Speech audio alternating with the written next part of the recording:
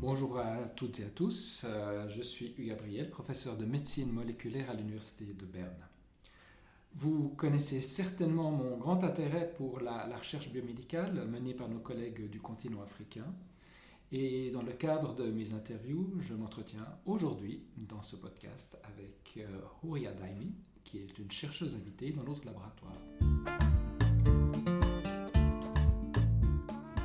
Bonjour Houria. Bonjour Hugues. Houria, est-ce qu'on peut débuter avec peut-être une présentation de ta part? Qui es-tu? Moi, c'est Houria Daimi, je suis maître assistante en génétique à la faculté des sciences de Gabès au sud de la Tunisie. Donc ça, c'est brièvement, et je suis chercheuse aussi tunisienne.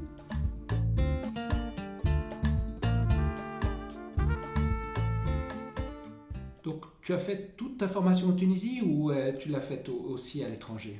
Non, en fait, ma formation, la première partie de ma formation académique, donc je veux dire maîtrise et après un master en génomique en Tunisie. Et après avoir fait mon master, donc, j'ai eu la chance d'avoir une bourse du gouvernement espagnol, donc il m'a permis de partir en Espagne pour faire un autre master, une thèse et aussi un postdoc là-bas.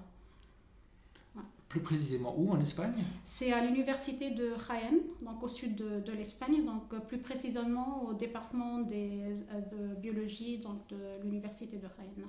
Et dans quel domaine tu as fait ce master et ta thèse? Le master tunisien, c'est en génome humain, donc c'était un master un peu international puisque les enseignants, ce sont des professeurs qui sont étrangers, la majorité, un peu il y a des Français, il y a des Belges et tout. Et après, en Espagne, donc, c'est un master en biologie moléculaire et cellulaire. Et après, donc, c'est un programme combiné master et thèse ensemble.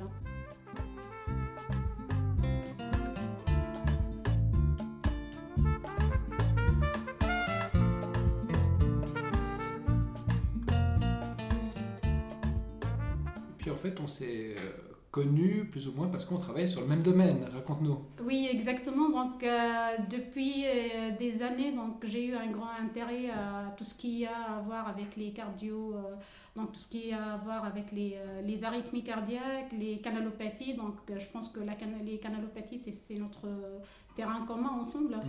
Ouais. Et en particulier, ta thèse, quel était le sujet? Oui, en fait, ma thèse, j'ai travaillé sur le syndrome de Brugada, donc la génétique du syndrome de Brugada, en une grande partie, bien sûr, donc recherche des mutations chez des patients atteints de cette arythmie cardiaque. Et après, donc, j'ai travaillé aussi sur tout ce qui a à voir avec la régulation du gène SC15A, de la protéine NAV1.5, donc je parle régulation, interaction protéine-protéine, et aussi régulation par des long non-coding RNAs, microRNAs, donc tous ces molécules-là.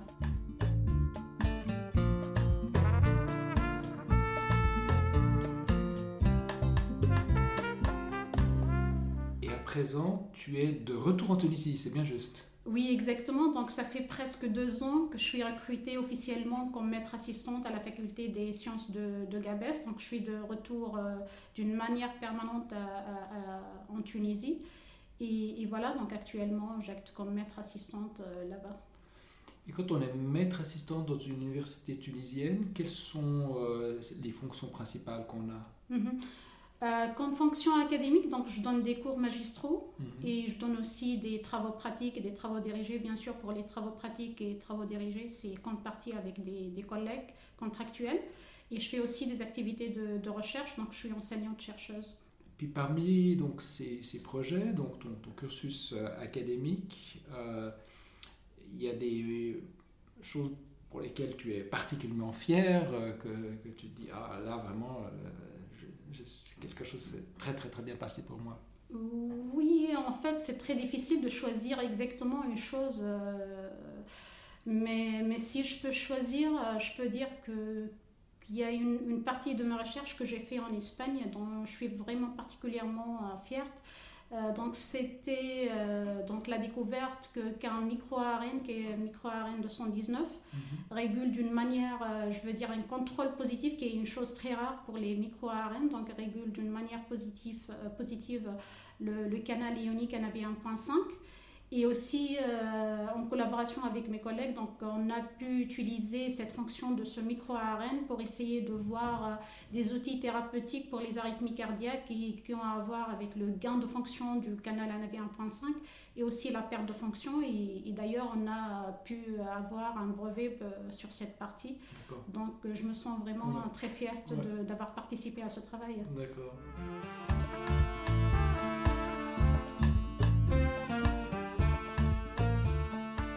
Je dois dire que personnellement, je me rappelle de la dernière revue que tu as écrite sur la régulation de SN5A de NAV 1.5 et pour moi c'est vraiment un exemple d'une revue modèle parce que tu as abordé un grand nombre de sujets sur cette revue, elle est vraiment exhaustive et alors, pour moi elle fait vraiment référence, que je te félicite. Merci. Après naturellement quand on vient d'un pays comme la Tunisie, parfois c'est un peu plus difficile de se faire un peu une place, on va dire, au soleil d'un monde académique. Quels furent tes obstacles auxquels tu étais confronté? Oui, c'est vrai, en fait, c'est pas vraiment facile et c'est pas vraiment évident d'arracher premièrement une position académique à l'université. Donc, ça m'a pris beaucoup des années et beaucoup de travail aussi et beaucoup de développement de mon CV pour pouvoir enfin avoir un poste permanent à l'université. Donc, un des obstacles, c'est la grande compétitivité des dossiers. On a des gens qui sont vraiment compétents, donc des gens qui ont étudié ailleurs et qui ont des CV vraiment qui sont excellents. Donc pour pouvoir arracher une place, on a un concours qui passe à peu près chaque 2 ans, donc avec des nombres de places qui sont très limités. Donc c'était pas vraiment facile. Donc ça c'est un des obstacles. Et après, on a des universités, donc plusieurs universités, mais des spécialités différentes. Donc, pour avoir vraiment une position, une spécialité bien déterminée, donc le nombre est toujours très limité.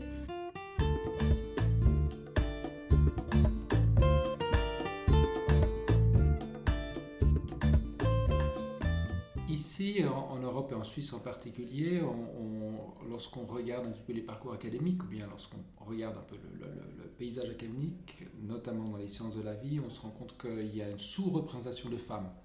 Est-ce que c'est quelque chose que tu observes aussi en Tunisie? Est-ce que tu avais l'impression que c'est quelque chose qui est aussi un défi? Non, heureusement en Tunisie, le problème, je veux dire, la discrimination pour les femmes, c'est vraiment un thème à ne pas discuter parce qu'on a les opportunités plus ou moins qui sont égales. Donc là, comme j'ai déjà dit, c'est plutôt la compétitivité avec des gens qui ont des dossiers des dossiers très chargés, soi-disant. Et donc, ce n'est pas un problème entre, je veux dire, hommes-femmes, sinon c'est les gens entre eux. Donc, il faut vraiment avoir un dossier costaud pour pouvoir arracher une place, à part, bien sûr, et d'autres mesures secondaires, mais je pense que ça, c'est l'essentiel. De plus, puisque le concours de recrutement, ce n'est pas un événement fréquent, je veux dire, chaque année, non. Ça peut passer même des 6 ans pour avoir un concours de recrutement, donc c'est une des causes. Aussi, quelque chose que j'observe parmi mes collègues dans les universités africaines, c'est que souvent, ils sont engagés, ils ont des positions de maître assistant, de professeur assistant, de professeur, mais on attend d'eux surtout à ce qu'ils fassent de l'enseignement et il y a très peu de moyens pour la recherche. Est-ce que c'est quelque chose que tu retrouves en Tunisie? Oui, exactement. En fait, ça, c'est un point vraiment qui est très intéressant à relever puisque être par exemple dans ma position comme maître assistant, ça me demande beaucoup de temps pour l'enseignement et donc bien sûr si je vais consacrer beaucoup de temps pour l'enseignement, donc très peu de temps pour la recherche, donc faire l'équilibre entre enseignement et recherche c'est vraiment difficile et surtout pour les 2 ou bien 4 premières années où chaque enseignant doit préparer son cours et tout ça, donc ça demande beaucoup de temps et donc bien sûr pour la recherche c'est un peu difficile.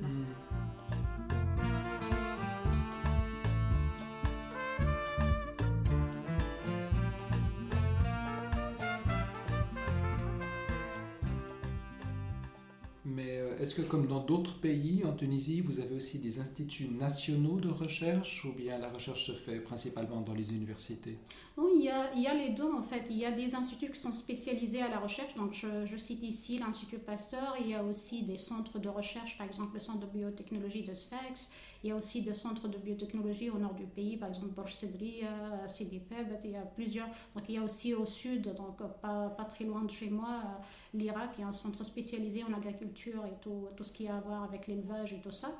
Mais il y a aussi des recherches au sein des institutions, je vais dire, d'enseignement, au sein des universités, des instituts et tout ça.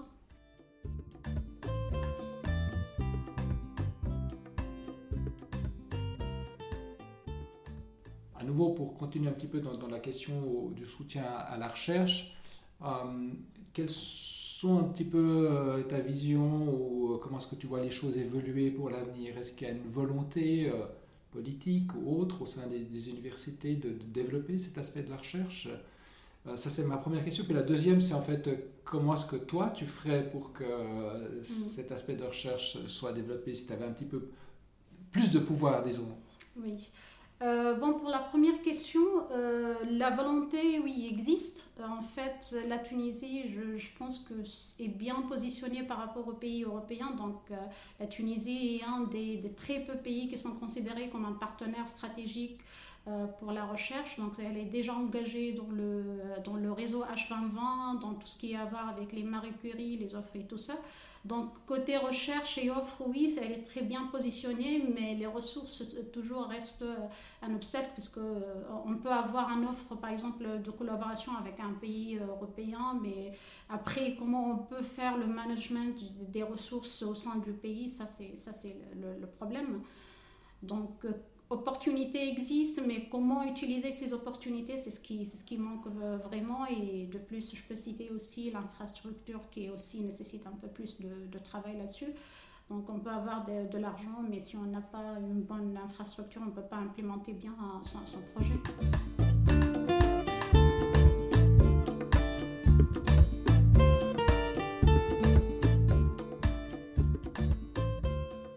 Puis maintenant, dernière question. Donc, tu te retrouves ici en Suisse, à l'Université de Berne pendant un mois. Ouais. Peut-être décrire un petit peu le cadre de la collaboration. Oui, en fait, je suis très reconnaissante à toi, Hugues, premièrement, et aussi au SNF, donc le Fonds suisse, pour cette opportunité, puisque mon stage d'un mois est financé par une bourse du Fonds suisse. Et vraiment, je suis très contente de faire connaissance au groupe et de voir ce qui est en train d'être travaillé ici. Donc, on a plein de points en commun et plein de terrains en commun, donc, sur lesquels on peut un peu plus travailler et développer peut-être pour des futurs projets de collaboration. En effet, en Ouais. effet. C'est vrai que ça fait plusieurs années qu'on est en contact. C'est la première fois qu'on a l'occasion d'être vraiment ensemble là et je vois aussi le potentiel qu'on peut avoir pour poursuivre cette collaboration. Oui, je suis très contente de nous voir physiquement et en fait de discuter directement donc, de ce qu'on peut voir. Comme j'ai déjà mentionné avant, donc, il y a des ressources de point de vue génétique en Afrique, il y a plein de choses qu'on peut travailler ensemble. Donc il reste juste de voir le cadre et comment on peut implémenter ça. Merci beaucoup, Ria. Merci à toi, merci beaucoup. Merci pour cet entretien et puis surtout, je me réjouis à l'idée de poursuivre justement ces collaborations qu'on vient d'évoquer à l'avenir. Merci beaucoup. Et puis à vous toutes et tous, je vous souhaite le meilleur et puis restez attentifs car en cette année 2025, nous comptons encore publier d'autres interviews avec des collègues du continent africain. Donc à bientôt.